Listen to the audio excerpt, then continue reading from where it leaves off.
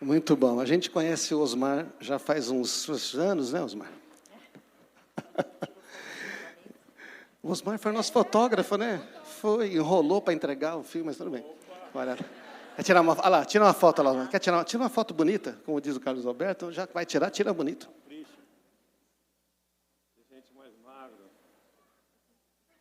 Maravilha. Bom, gente, vocês já conhecem o Osmar e obrigado por atender nosso convite. Né? A Carla, a filha do Osmar, faz aniversário no mesmo dia que o Gustavo, né? Fez aniversário ontem. Obrigado, Osmar, por estar aqui, Nice. Fique à vontade, esta é a sua casa, tá? Sejam muito bem-vindos. Vamos recebê-los, irmãos.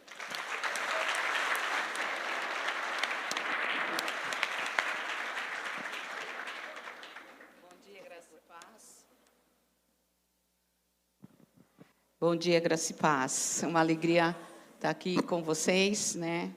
Com os pastores, todos os pastores, nós temos uma alegria imensa, né? E uma gratidão ao Senhor pela vida de cada um deles, né? Aqueles que não estão aqui em cima, mas sabem que nós já tivemos histórias juntas, né? E hoje de manhã, me lembrando de quando nós estávamos saindo de São Paulo para vir para cá, e eu vim com o meu coração cheio de alegria e gratidão. Porque até ontem à tarde eu não viria, porque minha filha estava internada, ela está gestante de 5 meses, e eu estava acompanhando, né? E ela também, como o Gustavo fez aniversário ontem, e nós queríamos estar com ela. E eu queria estar aqui também com vocês. Então, aprove ao Senhor liberá-la ontem à tarde para a noite, de alta do hospital, para... Daí ela pôde ir para casa dela, né? E eu pude estar aqui com vocês. Então, uma grande alegria, uma gratidão imensa mesmo ao Senhor, né? Ao César e a Marisa, que nós temos uma história juntas, os nossos filhos também cresceram juntos. Então, por mais que a gente fique afastado, assim, fisicamente, mas quando a gente se encontra, é algo que a gente continua a conversa de anos que a gente estava fazendo, né? Falando. Então, queridos, é uma gratidão de ver, né, aquilo que o Senhor está fazendo aqui neste lugar, usando esta família, usando seus filhos, né, usando você, líder, usando você também, membro dessa igreja, e o crescimento, né, dessa igreja aqui nessa cidade tão linda, que eu também faço parte um pouquinho daqui, que nós temos uma casa aqui em Atibaia também. Então, minha gratidão, obrigado por nos receber. E nós estamos aqui para cumprir a missão ao qual Deus nos chamou, né? De levarmos o reino de Deus avante. Então, muito obrigada. Obrigada, Marisa, pelo seu carinho, né? Sempre amiga. A gente morou juntos vários anos, né? César também tem um coração de pastor, um coração sensível, assim como o Gustavo também, e as filhas têm. Então, minha gratidão. É um prazer estar aqui com vocês, viu? Muito obrigada. Muito bom.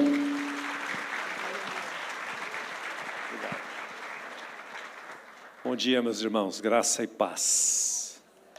Fala para o seu irmão do seu lado. Você está mais bonito e mais magro hoje. Vamos ver se você arranca um sorriso dele. Vamos ver se você arranca um sorriso dele. Tem alguns que nem assim sorriram. Não, eu percebi que essa é uma igreja que tem uma atmosfera profética aqui. Eu falei, eu vou embarcar nessa também. Né? Você está mais bonito e mais magro. É uma coisa... Dá para ganhar o dia, né? Não precisa nem muita coisa mais hoje. Mas é uma alegria estar aqui com vocês. Essa igreja que tem algumas marcas que eu já identifiquei aqui. Uma delas é a marca da excelência e da criatividade. Vocês são de parabéns. Cheguei aqui 9 horas da manhã, já passei em revista tudo aqui, viu, Gustavo? Já tirei umas fotos para me inspirar, umas coisas aí. Vou marcar para trazer minha equipe aqui. Os caras vão para os Estados Unidos gastar dinheiro, dólar, não sei o quê, para ver igreja. Vem Atibaia. Vem modelo aqui, ó. 60 quilômetros de São Paulo, não gasta nada. Um pedágio desse tamanho assim, ó. Vem aqui na comunidade. Você que está aí online, que quer visitar uma igreja, conhecer a estrutura, ambiente, tudo é aqui, ó, Comunidade da Graça. A Mega Church aqui da Atibaia, igreja Igreja excelente. Semana passada o Vitor ministrou junto com alguns irmãos lá na nossa comunidade, falando sobre criatividade e excelência, né? E eu vi isso aqui hoje, na prática. Então, louvo a Deus pela vida de vocês, uma manhã muito especial. Outra coisa que eu queria destacar para vocês é, nossa amizade, minha e do César, esse ano completa 40 anos. 40. Quem tem menos de 40 anos aqui? Você não tinha nem nascido ainda. Então, o que eu quero dizer com isso? Construa amizades eternas. Num mundo tão volúvel e tão solúvel, onde as pessoas brigam umas com as outras, se separam por besteira. Isso é raro. Eu estou na Comunidade da Graça há 40 anos, 41 na verdade, né? Cheguei lá em 84. Então a minha amizade, meu companheirismo com o pastor Carlos Alberto vai de 41 anos. Ontem sexta-feira passei uma boa parte da tarde com o Ademar, que foi lá orar para minha filha no hospital. Então, a amizade é assim. Então, há um versículo na Bíblia assim, não deixe os amigos dos seus pais. Lá em Provérbios está escrito isso. Não deixe o amigo do seu pai. Construa amizades. Porque lá em Provérbios também diz, em todo tempo ama o amigo. Na angústia, esse amigo se torna mais do que um irmão. Eu muitas vezes fui socorrido pelos meus amigos mais que pelos meus irmãos. Eu sou de uma família de 6, hoje 4, faleceram 2. Mas os maiores apoios, os maiores socorros que eu tive foi na igreja, na família de Deus. Por isso que nós somos uma família, uma igreja família, que vive o amor de Cristo, alcança o próximo, forma discípulos. Eu costumo dizer lá na comunidade de Zona Sul, e às vezes, quando você fala uma coisa, cada um entende o que é, né? Cada um entende segundo as suas dores, ou segundo os seus anseios. Mas um dia desse eu disse lá com ênfase, né, que nós não somos uma igreja para frequentar. Igreja para você frequentar, você tem um monte. Mas família para pertencer, você tem que escolher bem. Então a Comunidade da Graça não é uma igreja para você frequentar, eu vou frequentar lá. Não, uma família para você pertencer. Porque a igreja é a família de Deus nessa terra. Você frequenta padaria, você frequenta restaurante, você frequenta local que você joga bola, mas você tem uma família. E a igreja tem que ser vista assim. Numa sociedade volúvel e solúvel, isso que eu estou falando soa ruim no ouvido de alguns. Algumas pessoas se chocam com isso. Não, mas eu quero só frequentar. Seja bem-vindo. Mas a nossa proposta aqui é ser para você uma família. Talvez você não queira. Talvez a sua condição atual, o seu entendimento, talvez os seus traumas. A gente respeita tudo isso. Tem uma nova vida que vai acontecer aí, que você pode ser curado de tudo isso. Mas eu conheço muita gente, 40 anos a gente conheceu uma coisa. Tem gente que não quer pertencer a ninguém, a nada. As pessoas não querem se casar hoje, porque não quer pertencer, quer frequentar, quer ficar. Então, você pode ficar, você pode frequentar, sem problema algum, você é sempre bem-vindo. Mas a nossa proposta aqui é, além disso, é uma família para você pertencer. Uma família onde seus anseios, suas dores serão curadas e você vai ser um instrumento para curar outros, porque é assim que funciona a família. Vamos embora para casa? Teve tanta coisa do culto já, né? Mas temos alguns minutos ainda, vamos lá. Isaías 61, por favor. Isaías 61.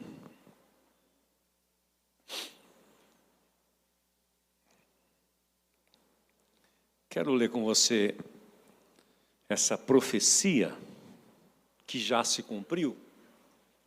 Gostoso ver profecia já cumprida, né? Dá uma segurança na gente. Isaías, 750 anos antes de Cristo nascer, escreveu isso aqui. Só pode ser inspirado pelo Espírito de Deus. Ele dizia o seguinte, da parte de Deus. Até mesmo colocando aqui na primeira pessoa, né? O texto. O Espírito do Senhor soberano está sobre mim, pois o Senhor me ungiu para levar boas novas aos pobres. Ele me enviou a consolar os de coração quebrantado e proclamar que os cativos serão soltos e os prisioneiros serão libertos.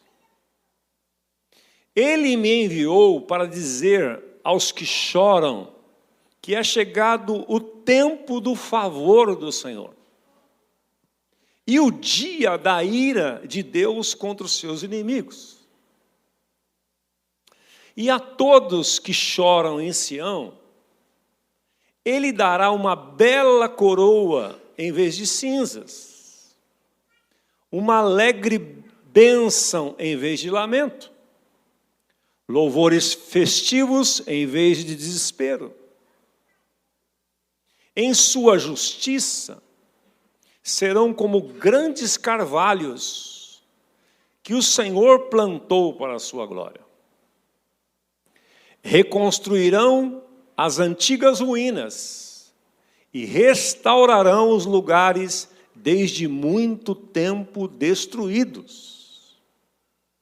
E renovarão cidades, cidades que estão devastadas há gerações e gerações. Estrangeiros serão seus servos, alimentarão os seus rebanhos, lavrarão os seus campos, cuidarão de suas vinhas. Vocês serão chamados de sacerdote do Senhor, ministros de nosso Deus. Das riquezas das nações se alimentarão e se orgulharão de possuírem os tesouros delas. Em lugar de vergonha e desonra, desfrutarão uma porção dupla de honra. Terão prosperidade em dobro e em sua terra. Terão prosperidade em dobro em sua terra e alegria sem fim. Pois eu, o Senhor, amo a justiça e odeio o roubo e a maldade. Recompensarei meu povo fielmente e farei com ele aliança permanente. Seus descendentes serão reconhecidos e honrados entre as nações. Todos saberão que eles são um povo abençoado pelo Senhor. Espírito Santo de Deus, torna esta palavra uma palavra viva no nosso coração nesta manhã. Torna como uma palavra profética para a nossa comunidade aqui em Atibaia. Torna como um norte e um direcionamento para essa nova estação que essa comunidade está entrando. E que isto seja a resposta para alguns corações aqui hoje, para que possamos, Senhor, vivermos para cumprir com o Teu propósito. Aquilo que eu não conseguir deixar claro, Espírito Santo, peço que Tu vás clarificando nos corações. Para aqueles que estão desesperados, inquietos, sejam consolados nesta manhã. E para aqueles que estão acomodados, sejam removidos da sua acomodação, da sua zona de conforto, para serem realizados cumprindo o teu propósito. Em nome de Jesus. Deus colocou fortemente no meu coração agora que esta palavra vai ter esses dois viés aqui hoje. Vai consolar aqueles que estão inquietos, ansiosos, e vai empurrar aqueles que estão acomodados.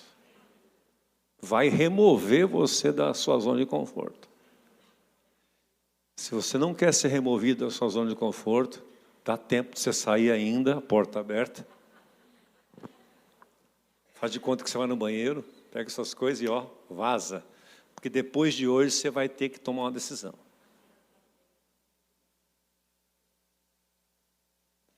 Esse texto, eu meditei nele essa semana, por várias vezes eu li. Cada hora que eu li, eu descobri um negócio novo. Eu falei, meu Deus, como é que eu vou fazer para pregar num dia só isso? Em 40 minutos. Mas eu vou deixar aqui uma semente, e talvez não conclua, mas está tudo na palavra aqui, o Espírito vai falar com você posteriormente. Mas esse texto, e ontem só que eu vi ele, já conheço ele há muito tempo, ele tem uma divisão que eu não tinha percebido. Do versículo 1 até o versículo 3, fala de Jesus. Do 4 em diante, fala de você. Então, para eu me situar aqui, deixa eu só fazer uma pergunta. Quantos aqui são discípulos de Jesus, seguem Jesus de perto, têm um compromisso real com o Senhor? Você pode dizer assim, eu sou um discípulo de Jesus, Jesus é o Senhor da minha vida, eu sigo Ele de perto. Levante sua mão, por favor. Quantos estão aqui nesta manhã que ainda não são discípulos de Jesus assim, de seguir Jesus de perto? Jesus não é Senhor da sua vida ainda. Você segue Jesus que nem Nicodemo seguiu, né? Você segue Jesus de longe. Você não tem nada contra, você tem um certo apreço, mas você ainda não é aquela pessoa que quando perguntam para você na rua o que você é, você fala, então, eu sou assim e tal, e você não tem aquela firmeza de dizer, não, eu sou um discípulo de Jesus, eu sou um filho de Deus. Tem alguém nessa condição aqui? Só levante a sua mão para eu saber. Tem sim, sempre tem. Isso é normal, isso é bom que tenha. Tem mais de uma? Tem mais de uma pessoa? Com coragem, pelo menos uma, né? Tá bom, ótimo. Então, esse versículo, porque eu tenho que saber para que lado que eu vou apontar a arminha de água. É a arminha de água, está tranquilo. Então, do verso 1 até o verso 3, o profeta Isaías está falando a respeito de Cristo. Tanto é que, lá em Lucas capítulo 4, primeira vez que Jesus chega na sinagoga, abra comigo lá, vamos fazer esse paralelo aqui rapidinho, são textos curtos, mas só para você contextualizar, que às vezes a gente vai falando das coisas como se todo mundo soubesse, e as pessoas não sabem, aí fica boiando, e aí o papel nosso aqui é deixar claro a coisa, né? Veja aqui. Lucas 4,16. Quando Jesus chegou a Nazaré, cidade da sua infância, ele foi à sinagoga no sábado, como de costume. Lembre-se que Jesus era judeu, então ele não fugiu do rito ali. Tinha um rito que ele cumpriu. Então ele cumpriu toda a lei. E era comum, e era prática, no sábado, os judeus irem para a sinagoga, e ele foi também. Ele tinha acabado de sair da tentação do deserto, um pouquinho para trás. 40 dias sendo tentado pelo diabo, ele saiu dali e foi para a sinagoga. E Lucas registra isso, como de costume, e se levantou para ler as Escrituras. Ele se levantou. Entretanto, entregaram-lhe o livro do profeta Isaías. E ele abriu e encontrou o lugar que estava escrito: o Espírito do Senhor Jeová está sobre mim, pois ele me ungiu para trazer as boas novas aos pobres. Ele me enviou para anunciar que os cativos serão soltos. Vocês cantaram aqui hoje, né? Os cegos verão, os oprimidos serão libertos. E que é chegado o tempo do favor do Senhor. Você vê que ele para aqui, ele não lê toda a profecia de Isaías. Jesus fechou o livro, devolveu ao assistente e sentou-se naquela cadeira ali que ninguém sentava nunca. Todos na sinagoga olhavam atentamente. Então ele começou a dizer: hoje se cumpriram as escrituras que vocês acabaram de ouvir. Todos falavam dele e estavam admirados com as palavras de graça que saíam dos seus lábios. Contudo, perguntavam: não é este o filho de José? Então, aqui fica claro que a primeira parte do profeta Isaías, lida lá, que eu li os 9 versículos, os primeiros 3 versículos dizia a respeito de Jesus, tanto é que ele leu aqui e parou. Mas o versículo 4 em diante diz respeito a mim e a você. Então vamos aqui, volta lá para Isaías, vamos ver o que isso tem a ver conosco. Porque depois, e todos nós aqui enquadrava naquilo que Jesus veio fazer, nós éramos coração quebrantado, né? Nós não conhecíamos nada das boas novas, ele veio proclamar liberdade aos cativos, soltar prisioneiros, tudo isso éramos nós no passado. Prisioneiros, presos, cativos, em cadeias, em correntes, pecado e tudo mais. Encontramos o favor do Senhor. Nós que vivíamos chorando, reclamando da vida, ele colocou em nós uma coroa ao invés de cinzas, uma alegre bênção, ao invés de lamento, louvores festivos. E ele nos fez como que carvalho de justiça. Para quê? Deus não faz nada sem propósito. Então é aqui que eu quero me deter com você. No propósito que Deus fez tudo isso. Porque nós não somos salvos pelas obras. Nós somos salvos para as obras. Efésios 2,10 diz que nós somos feitura dele, criados em Cristo Jesus para as boas obras, as quais Deus predestinou para que andássemos nela.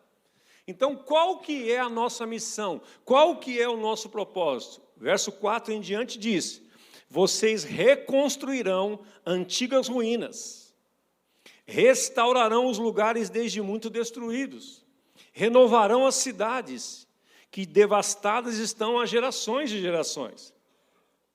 E para ajudar você nesse processo, Deus vai fazer que estrangeiros sejam servos de vocês. Ou seja, Ele vai enviar pessoas que vão investir na missão que Ele te confiou. É assim que tem acontecido nesta cidade. Quantos anos você veio para cá, César? Perguntei para a Marisa, ela falou 17? 19 anos. A família do César está aqui por causa deste propósito. Eles estavam confortáveis em São Paulo. Estavam tranquilos. Nós tínhamos uma equipe fantástica. Era uma delícia trabalhar juntos lá. Eu e o César nós morávamos vizinhos e era tempo integral no ministério junto com outros. Era um timaço. Era uma delícia. O César tinha 10% das preocupações que ele tem hoje. E eu igual. Quem perdia os cabelos e ficava branco lá era o Carlos Alberto. Nós não falava com a Ademar esses dias sobre isso, né? Nós não sabia quanto que a igreja arrecadava, quanto tinha que pagar, quando nada. Não tinha crise. Tudo que dava errado era o Carlos Alberto. Não era nós. Estava tudo certo. Mas por causa de um propósito, Deus enviou o César para cá. Quantos anos você ficou lá, indo e voltando? Morando lá e vindo para cá? 2 anos dessa Fernão Dias para servir vocês aqui. Para reconstruir o que estava quebrado. Isso aqui estava quebrado, vocês não sabem, mas estava quebrado. Então, reconstruir. A partir do momento que você é salvo, liberto, curado e tal, não é para você ficar de boa. Agora eu estou de boa. Não, não é para ficar de boa, é para ralar agora. É para pensar no outro. É para se consagrar. Eu vou para lá porque eu quero qualidade de vida. O ar só aqui é qualidade de vida. O restante, meu amigo, é servir. Você foi salvo para servir. Reconstruir antigas ruínas, restaurar lugares desde muitos destruídos. Estrangeiros, Deus vai mandar provisão, alimentarão seus rebanhos, lavrarão seus campos, cuidarão de suas videiras. Vocês serão chamados de sacerdotes do Senhor, ministros do nosso Deus. Quando você se propõe a isso, César já falou, os caras tudo pregaram o que eu ia falar aqui hoje, já dá uma raiva de deixar ser o último. O Espírito Santo conta tudo para eles. Então, a partir do momento que você vive com esse propósito, entende o propósito de Deus e se lança nele, olha o que vai acontecer. Estrangeiros vão te servir, Deus vai enviar pessoas para te ajudar. Segunda coisa, está escrito aqui, Eles alimentarão seus rebanhos. Fala para o seu irmão do seu lado, você vai ter muito rebanho ainda aí. Fala para ele, você vai ser fazendeiro aqui em Atibaia. Você vai ter muito campo, fala para ele, você vai ter muito campo. Mas eu não quero, eu quero morar num apartamento para não ter nada para cuidar. Não, Deus vai mandar gente para cuidar também. Vocês serão sacerdotes do Senhor, ministros do nosso Deus, e aí porque você cumpriu esse propósito, você recebeu esse chamado, você está vivendo para isso, olha o que vai acontecer. Das riquezas das nações se alimentarão, e se orgulharão de possuírem os tesouros delas. Deus vai enviar provisão para você. Hoje, em rápidas palavras aqui, o César me contou vários testemunhos de como Deus tem sido generoso através de você para com essa comunidade. Eu estou na Zona Sul de São Paulo há alguns anos já, planejando ter um telão disso aqui, não consigo. Fiquei com inveja santa aqui hoje.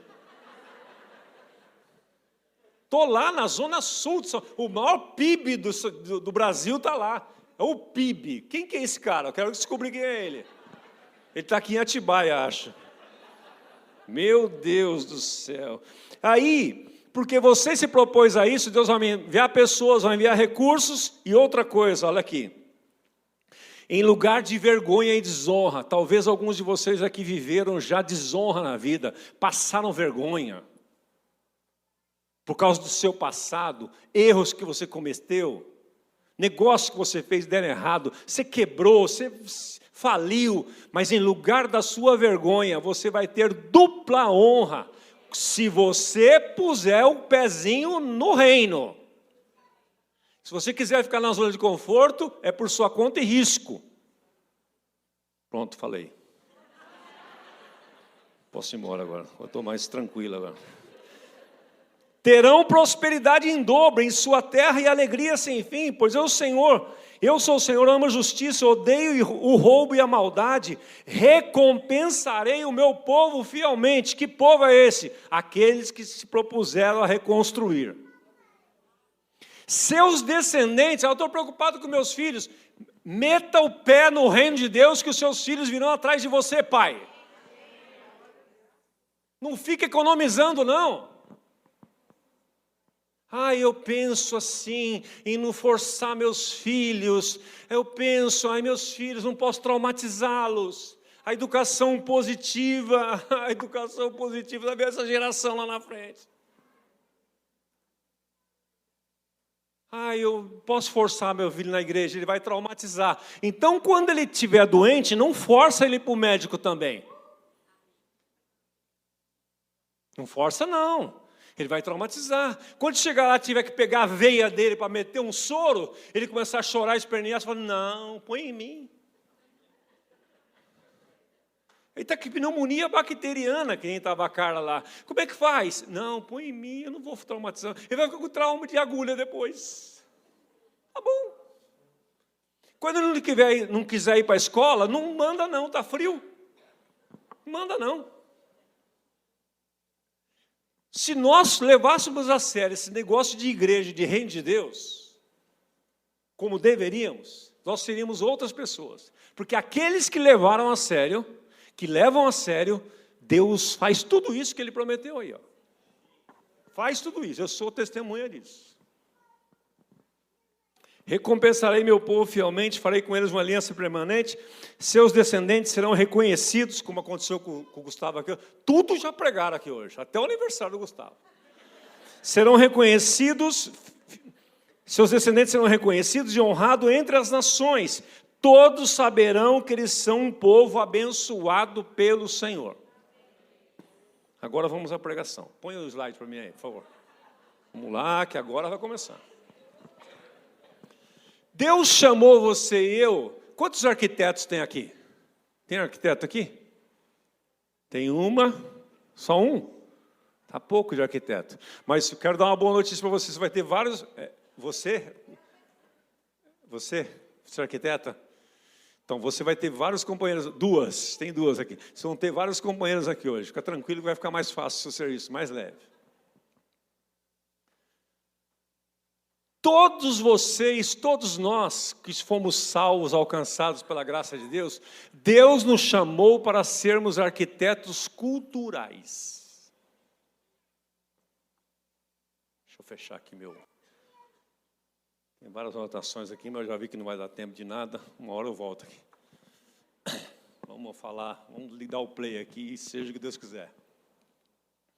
O que um arquiteto faz? Você pode vir aqui falar para mim o que um arquiteto faz? Vamos aqui fazer uma entrevista aqui.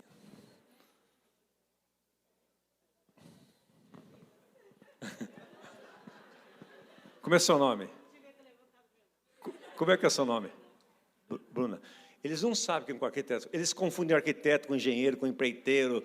Eles acham que pedreiro é arquiteto. Porque tem uns pedreiros que querem ser arquiteto também, né? Bom, a gente constrói os sonhos que vocês têm. Vocês passam para a gente quais são as necessidades. Estou nervosa. Ainda bem que eu sou arquiteta.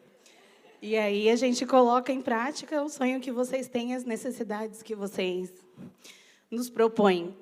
Os desafios, né, que vocês passam para a gente a gente constrói. A gente põe no papel, a gente constrói, faz um projeto.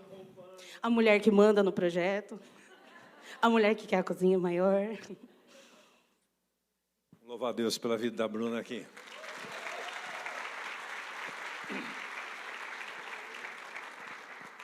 Antes de eu começar, eu pensava nessa palavra, antes de eu começar a Comunidade da Graça, quando eu comecei um protótipo lá na rua Santa Cruz, em São Paulo, eu corria de construção e reforma. Eu nunca tinha construído nada, nem reformado nada. Eu ficava pensando assim, eu pegar uma casa para reformar, construir do zero, tá louco, quero comprar um negócio pronto. O dia que fui comprar pronta. Já tinha comprado, né, 2 casas prontas, nessa condição. Porque eu falei, quem sou eu? Até eu pisar naquela comunidade, o bichinho me picou. E eu amo reformar e construir hoje. Coisa que eu nunca pensei que ia acontecer na minha vida. O desgaste que é para muitos, para mim é uma alegria, é uma adrenalina, uma dopamina para mim. Por causa de começar a fazer as coisas para o reino. Então, o que o arquiteto faz? Em breve, não consigo elaborar tão bem a resposta, mas ele viabiliza o sonho que você tem. O Arnaldo construiu uma casa aí, né? Ele chamou um arquiteto, falou do sonho para o cara, eu queria assim, tal, mas ele tecnicamente não sabia nada. A nossa comunidade que reformamos lá agora, esse novo prédio, meu arquiteto mora em Miami.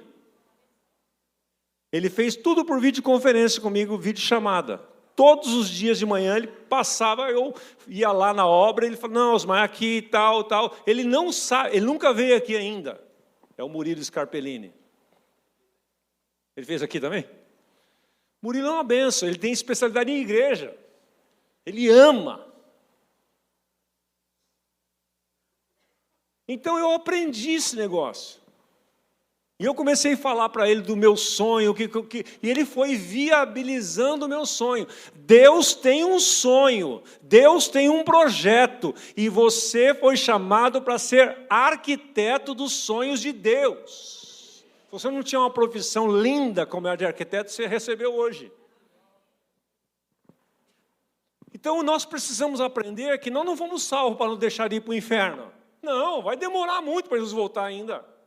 Tem muita coisa para fazer, tem muita coisa para reconstruir. Então, nós somos arquitetos, mas nós não somos arquitetos de coisas naturais. Nós somos arquitetos de coisas espirituais e culturais. Então, vamos ver comigo aqui, rapidinho. Falei, tem um telão lá, meu avô. Cadê o telão? Tem um telão lá, eu vou navegar naquele telão lá.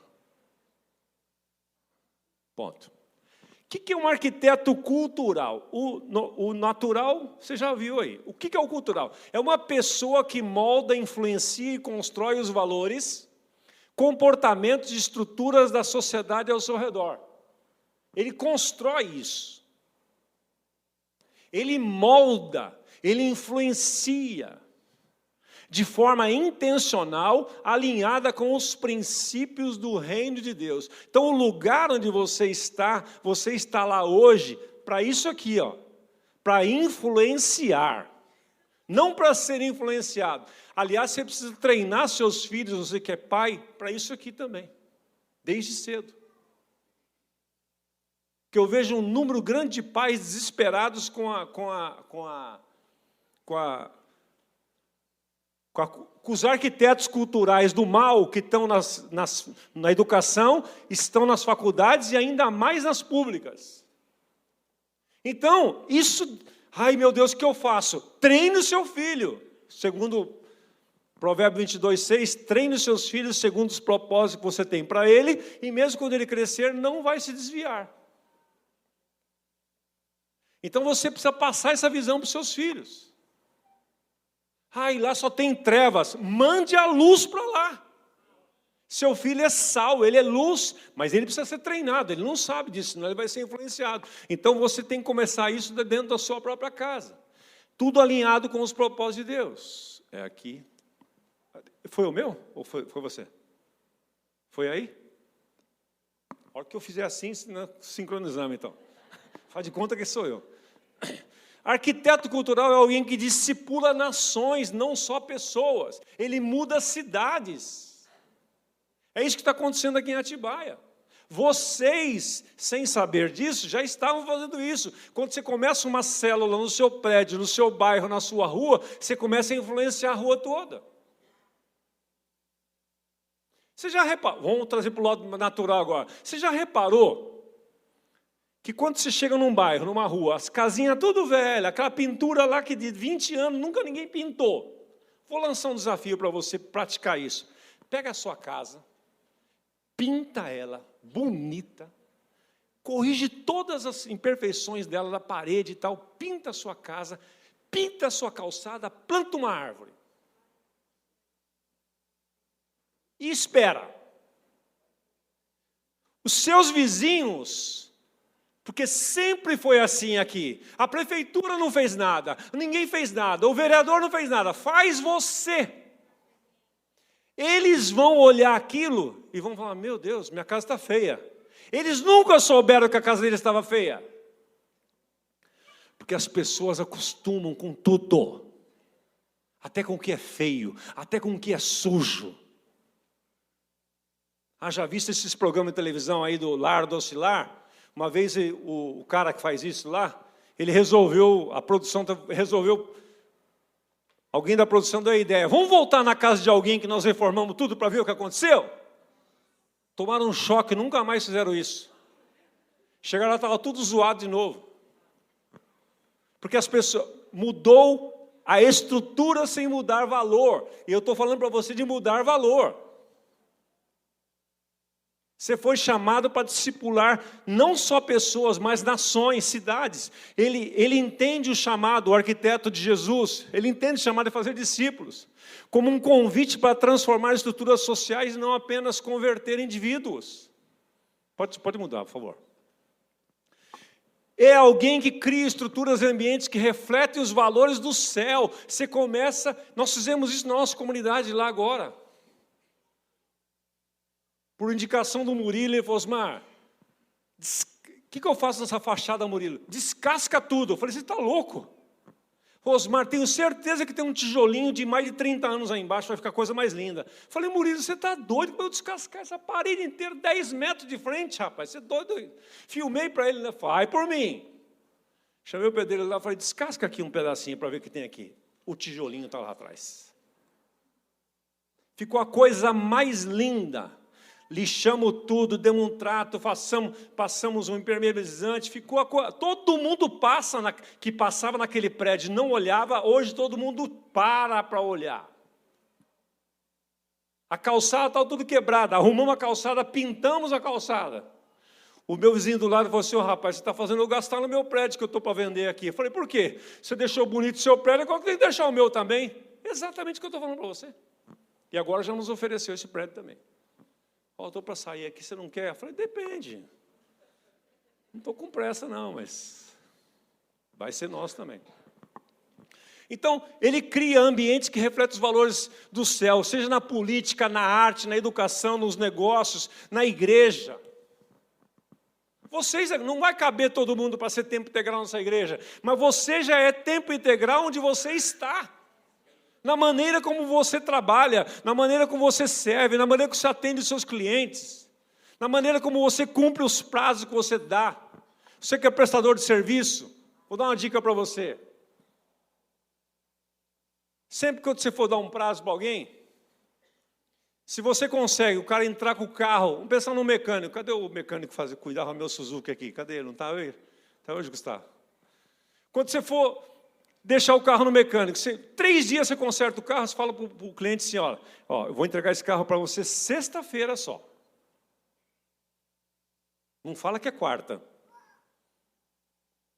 Aí quando é quarta, está pronto. Você manda lavar o carro dele, você manda higienizar o carro dele, e fala: cara, consegui entregar teu carro antes. O cara chega lá, vê o carro arrumado, lavado, higienizado, ele nunca mais vai deixar de ser seu cliente. Ele vai falar bem de você para todo mundo. Então, cumpra os prazos, seja excelente no que você faz. Você está cumprindo isso aqui, ó. Na política, na arte, na educação, nos negócios, qualquer lugar. Plante essas sementes do reino de Deus para que outros possam viver segundo esses valores. Você vai estar influenciando. Você vai estar influenciando. Pode virar, por favor.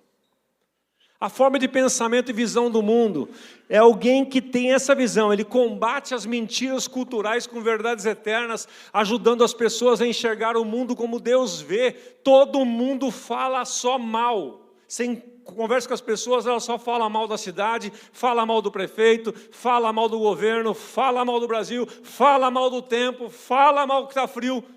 Estava reclamando até agora que estava calor, agora que chegou o outono, esse mês agora é o mês das gripes, da influenza, que nada, é o mês mais lindo do mundo. Vai ver, acorda cedo para você ver o sol nascendo em outono, vai ver o final da tarde para você ver o sol se pondo em outono, é a estação mais linda que tem. Influencia as pessoas. Todas as estações foram criadas por Deus, como é que pode Deus fazer coisa ruim? Comece a mostrar, ajudar as pessoas a enxergar o mundo feito pelo seu Pai. Vai falar para o Gustavo, para a Gabi, para a Milena, que o pai dela faz coisa feia. Elas vão brigar com você. Porque o nosso Pai faz tudo. Eclesiastes capítulo 3, Salomão já dizia, no tempo que ele estava cheio de sabedoria, né? Tudo quanto Deus faz, Ele faz belo no seu devido tempo. Então, acione isso na mente das pessoas. Coloque isso na mente delas. Não deixe elas influenciar você, influencia elas. Deixa ela falar um pouquinho, depois você despeja tudo isso em cima dela. Ela vai ficar envergonhada do que ela falou. Vai pedir desculpa para você. Quarto, é um influente com propósito. Sua presença é estratégica, ela entra em esferas da sociedade, como mídia, ciência, economia, com o propósito de reformar e não se conformar. Como eu tenho orado para Deus levantar pessoas na área da educação. Não adianta ficar reclamando, nós abandonamos a educação há 40 anos, nós estamos colhendo hoje o que nós fugimos dela. Agora está tudo bichado mesmo. Por quê? Nós não queremos. Tudo aquilo que a igreja deu um passinho para trás porque não era legal, o diabo tomou posse. E ele está influenciando hoje. Então nós precisamos de educadores, pessoas em todas as áreas, mas principalmente educadores, para reformar, para transformar o ambiente. E não se conformar, não assumir a forma deste mundo. Próximo aí. Exemplos atuais de arquitetos culturais, um professor cristão que inspira os alunos com princípios eternos. Já pensou, você está dando aula, de repente você lança uma semente lá, aquele menino, aquele adolescente vai para casa pensando, mas o que será que o professor quis dizer? Ele vai perguntar, você assim, não, está na Bíblia. Está na Bíblia onde? O que é a Bíblia? Pronto, influenciou. Um artista que comunica os valores do reino por meio de sua arte. Estou feliz da vida que eu soube que aquele artista, o Cobra lá, se converteu, né? Pô, o cara, tremendo. A Luísa Posse se converteu também. Sério, largou tudo. Que quem se converte, quer saber se ele se converte de verdade? Quando ele larga aquele mundo. Quando ele fica meio Raimundo.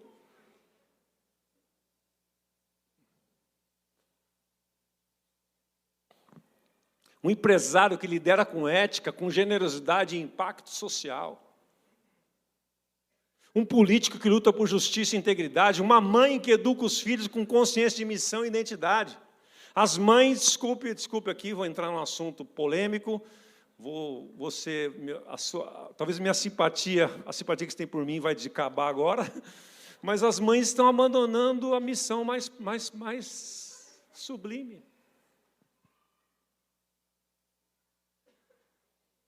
Infelizmente.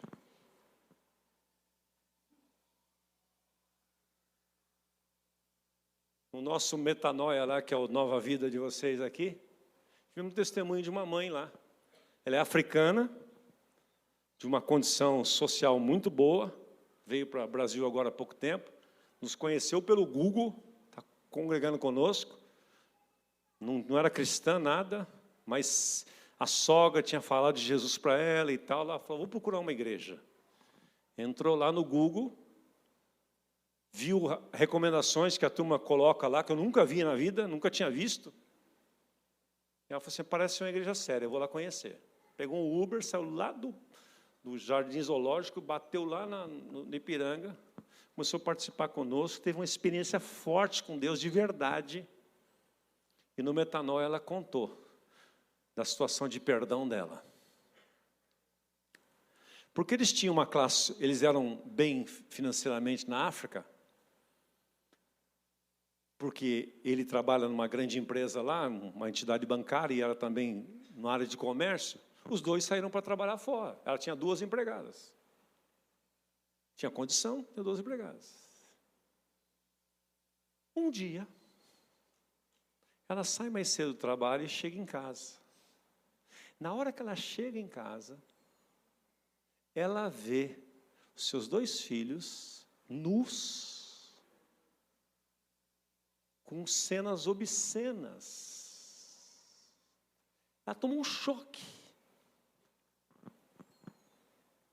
E perguntou para eles, com quem vocês aprenderam? Eles falaram, com a tia. Processou a mulher. O marido queria matar a mulher. A África. Ela segurou. Foi para a polícia, foi um rolo.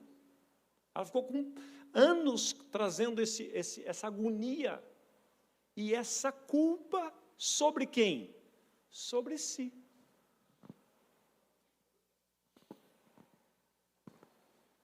Então, não delegue aquilo que Deus confiou a você de mais precioso. Mães que estão me ouvindo aqui.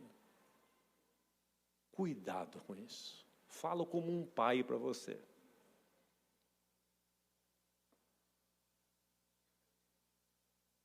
Ah, mas eu queria ser uma arquiteta. Então, aqui, ó.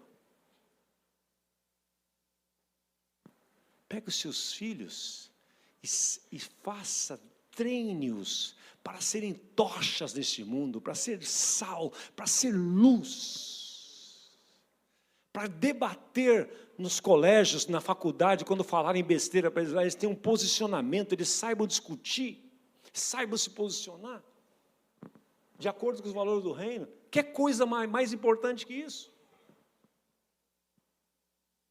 Às vezes fazemos um esforço tão grande para ter uma televisão a mais em casa, um carro a mais.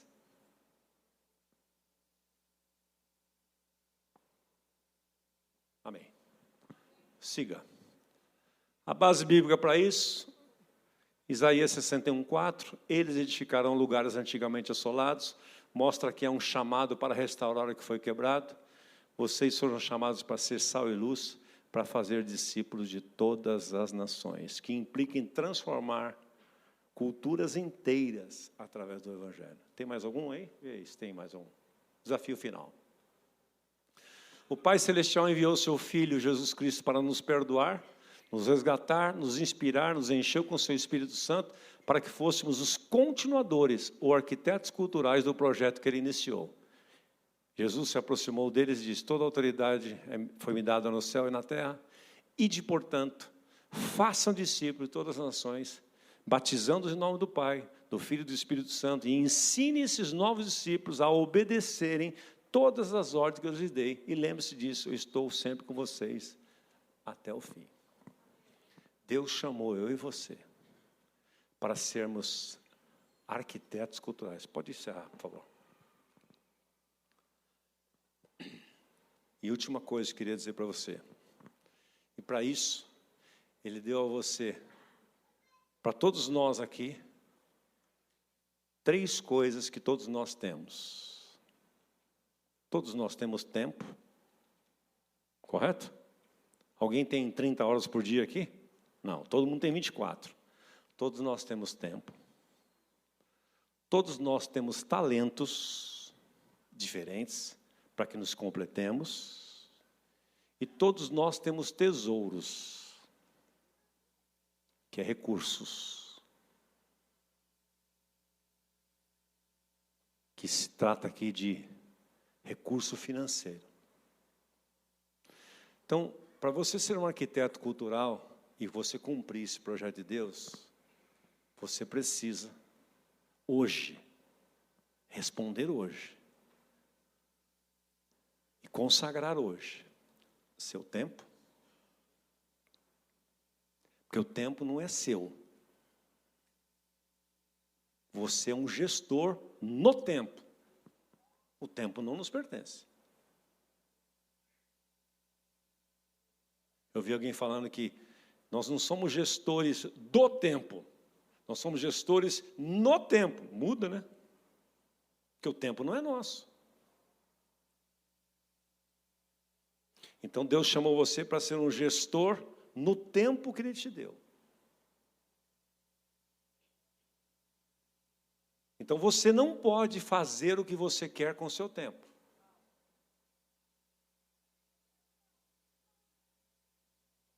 Eu não vou fazer isso porque eu não tenho tempo. Eu não vou servir porque eu não tenho tempo. Eu não vou me envolver porque eu não tenho tempo. O tempo não é seu. Salmo 31:15 diz assim: os meus dias, outra versão diz, os meus tempos estão nas mãos do Senhor. Então o tempo não é seu. Você é um gestor no tempo que é de Deus. Então você precisa perguntar para Ele: Senhor, como é que eu posso ser um arquiteto cultural fazendo a gestão no tempo que é teu?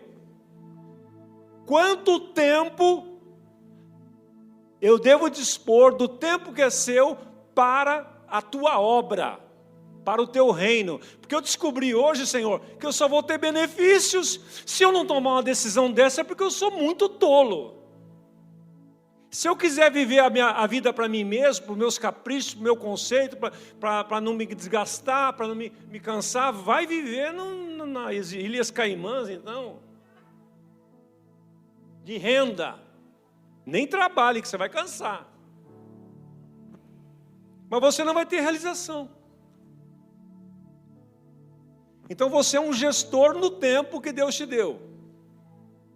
Então você hoje deve perguntar para o Senhor assim, hoje e sempre: como é que eu posso pegar o tempo que tu me destes e como é que eu posso utilizar mais para servir as pessoas, para servir no reino, para servir liderando um grupo, para servir no ministério. Segunda coisa, você olha na igreja, você olha numa célula, você olha em qualquer lugar que você está convivendo com pessoas, você vai ver que você tem mais talento que o outro. Sabe aquela coisa que você critica o cara que ele não sabe fazer direito? Pô, mas como o cara fez um negócio desse aqui? Como esse fio ficou aqui? Pô, será que esses caras não sabem colocar uma canaletazinha preta? Eles não sabem. Eles não têm essa visão desse talento que você tem. Então você pega o seu talento e se dispõe ao reino. Se dispõe. Procura os líderes e fala assim: olha, eu tenho uma graça na minha vida para fazer isso. Eu tenho uma máquina fotográfica em casa. Eu fiz alguns cursos de fotografia. Eu posso servir aqui? Ninguém é obrigado a descobrir, orar para Deus. Tem cara que espiritualiza o que não precisava ser espiritualizado. Deus te deu o talento, deu equipamento. Para que Ele te deu o equipamento, o talento? Para você usar no reino. Simples. Ah, mas não sou centrão. Não, você vai ficar escondido aí. Busque os líderes e fale assim: eu estou aqui para contribuir, quero cooperar. E o dinheiro? E os recursos? São seus? Você é mordomo só do tempo, do talento e dos recursos. Então a pergunta que você tem que fazer sempre: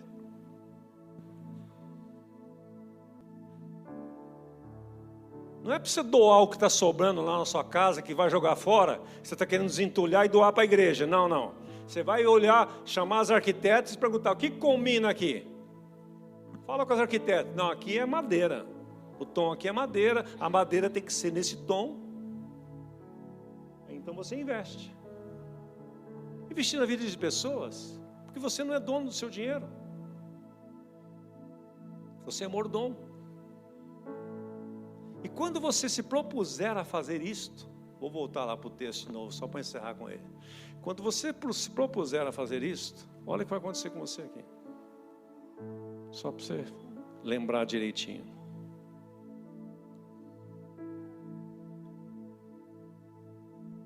Quando você se propuser a reconstruir as antigas ruínas, restaurar os lugares desde muito destruídos, renovar cidades, estrangeiros serão os teus servos.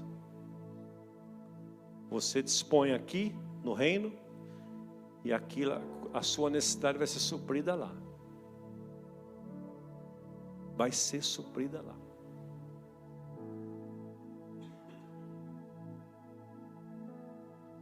Alguém vai lavrar o seu campo. Alguém vai cuidar das suas videiras.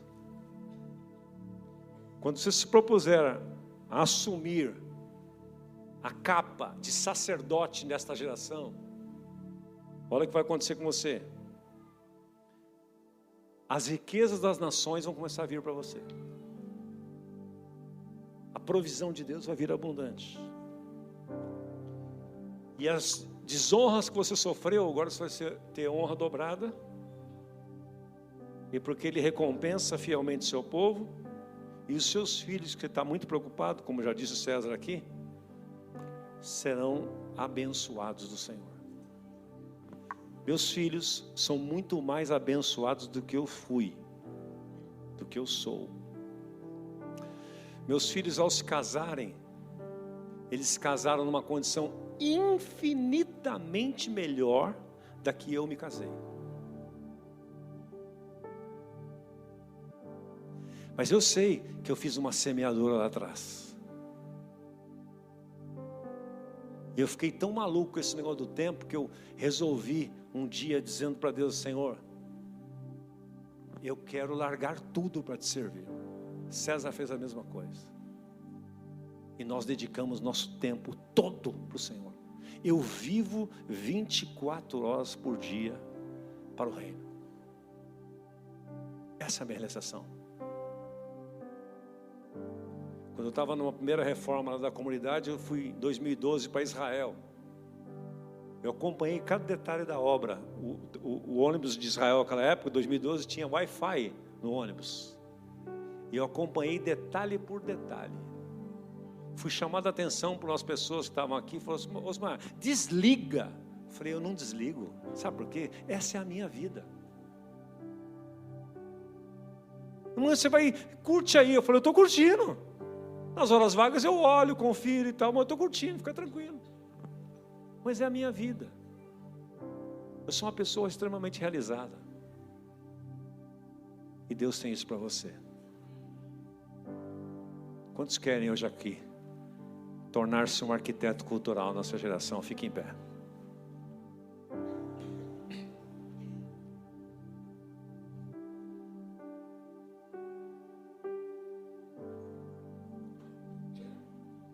Quero orar com você. Coloque as suas duas mãos assim à frente, por favor. As duas. Aprendi com o Edmeia Willis, ele diz o seguinte: que quando você faz esse gesto, é um gesto de doar. Você está colocando nas suas mãos aí seu tempo. Por isso que eu falei para você, dava tempo para você sair. Agora já era. Agora não mais. Está fechada a porta aí? Trancada? Beleza. Agora já era. Então você vai agora orar comigo e você vai consagrar. Consagrar é doar algo, presta atenção, sem resgate dele.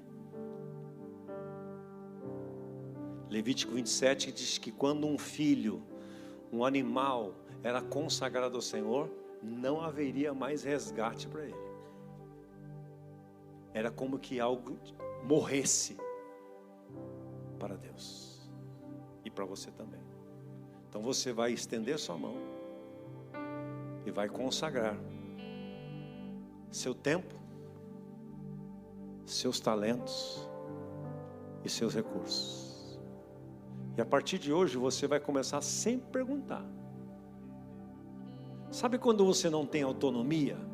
Você é gerente de uma empresa, você não tem autonomia? Você não pode fazer o que você quiser, comprar o que quiser, vender o que quiser. Você tem que falar com o seu diretor. É assim que você vai agir agora. Você vai ter uma ideia assim: eu vou comprar isso. Não, mas eu não tenho alçada para isso.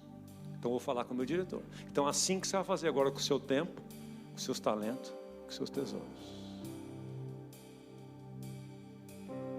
Combinado? Está pronto? Pai Celestial, nós consagramos a Ti nesta manhã esses 3 princípios tão poderosos da nossa vida que Tu confiastes a nós: nosso tempo, nossos talentos e nossos tesouros. Que nós sejamos, Senhor, bons mordomos de tudo que Tu tens nos confiado, porque nós queremos cumprir com o Teu propósito nesta terra.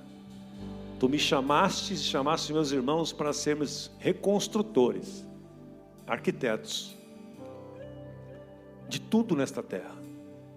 E para isso Tu nos destes tempo, nos deste a mordomia e a capacidade de cuidar desse tempo que é Teu, do recurso que é Teu e do talento que é Teu. Que nós a partir de hoje sejamos excelentes mordomos, porque o que Tu requeres dos mordomos é que eles apenas sejam fiéis. Por isso nós consagramos a Ti, Senhor, isto que Tu nos concedestes em nome de Jesus.